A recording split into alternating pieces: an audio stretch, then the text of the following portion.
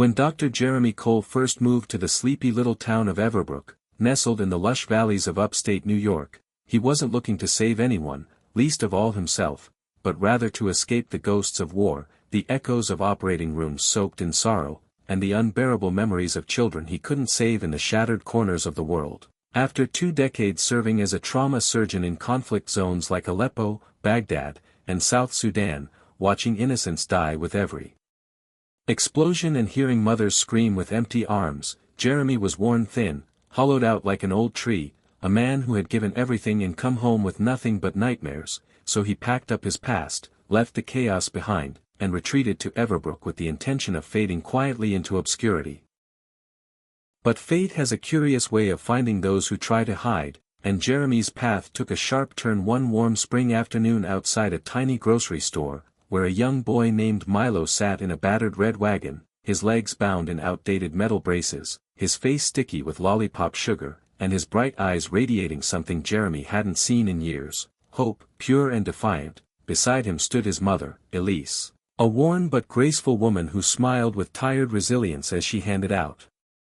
homemade granola bars to passers-by, raising money in small handfuls so Milo could get a new wheelchair, and when Jeremy stopped to buy one, he heard the boy declare boldly, "I'm saving up for new legs so I can run like the wind," and something inside the doctor cracked open, something dormant stirred awake, because Jeremy had once stitched up little boys like Milo, only those boys never made it home, and now here was one who might have a chance, if only someone believed in him enough to try. So Jeremy did what he hadn't done in years, he got involved, first casually, visiting with questions and kind words, then more earnestly, bringing over old therapy tools, research, and makeshift equipment to transform Elise's cramped living room into a rehab center with foam mats, PVC bars, and hope laced into every corner, and though Elise was skeptical, too many people had made promises and walked away. Jeremy persisted, gently and humbly, driven not by guilt or duty, but something purer, a need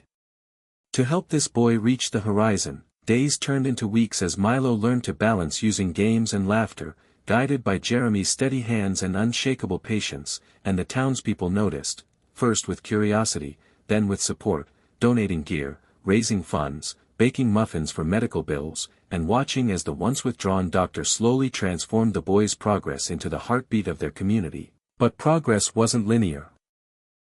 There were setbacks, infections, tears, nights where Milo sobbed that he'd never walk again and Elise cried quietly on the porch while Jeremy whispered, "Hope is heavy, but it's worth carrying," until one day a game-changing possibility arrived, a specialized surgery that could give Milo a real chance to walk unassisted, though the cost was staggering and insurance non-existent, and when Elise tearfully declined the opportunity, Jeremy made the decision without hesitation, driving to New York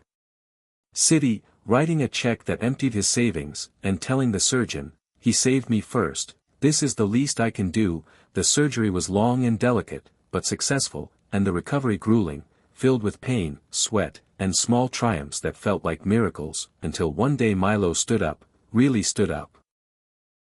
Without braces, without help, and when Jeremy returned from a quick phone call, Milo stood in the center of the room, wobbling but proud, and whispered, "I told you I'd run someday," before launching into his arms as Elise wept behind them. The video went viral, the world watched in awe, donations poured in, offers came from hospitals and news shows, but Jeremy declined the spotlight, choosing instead to stay in Everbrook and open a tiny community rehab clinic where he treated other children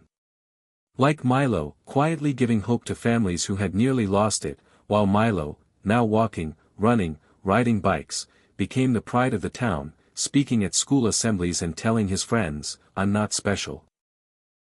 I just had someone who believed I could be," and every summer at the town festival, Milo would pull Jeremy across the stage in that same red wagon, both of them laughing as the crowd stood to applaud the boy who walked and the man who helped him believe he could, and though Jeremy never sought thanks, the town eventually placed a plaque outside his clinic that read, "He just wanted to help a little boy walk again," and ended up helping us all stand taller, a testament to the truth that sometimes the greatest heroes are not the loudest, but the ones who show up quietly, love fiercely, and change the world one step at a time.